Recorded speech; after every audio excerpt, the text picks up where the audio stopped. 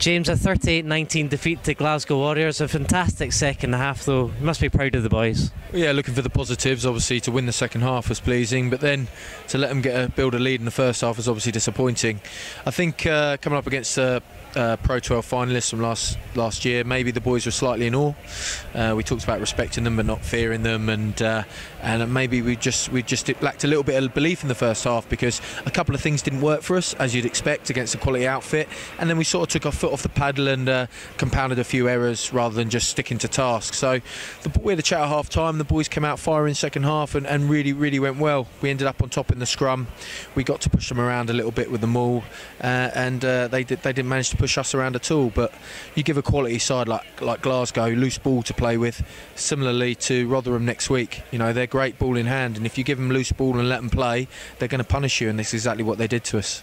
How important was to get that second half under our belts heading into the Rotherham game? Because it's probably their best 40 of pre-season. Yes, yeah, definitely. I mean, we don't want to hit our best form in pre-season games, but we're one step closer to getting it together. And Rotherham next week's going to be a massive task for us. You know, they're a team that like to play and put us under pressure. So to get that 40 minutes in is important, and to make sure we've got fit bodies going into next week is just as important.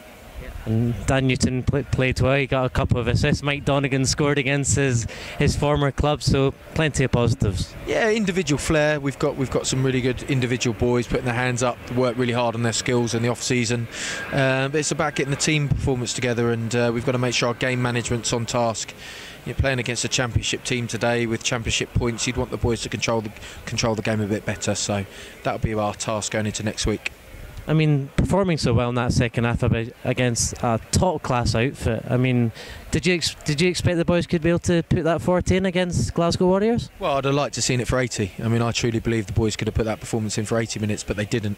I mean, let's be honest. Glasgow made a rift of changes in that second half, and we put a couple of our more experienced boys on. So, I mean, we sort of know where our squad is at, and but they've got to believe in themselves and they've got to go out and get the job done.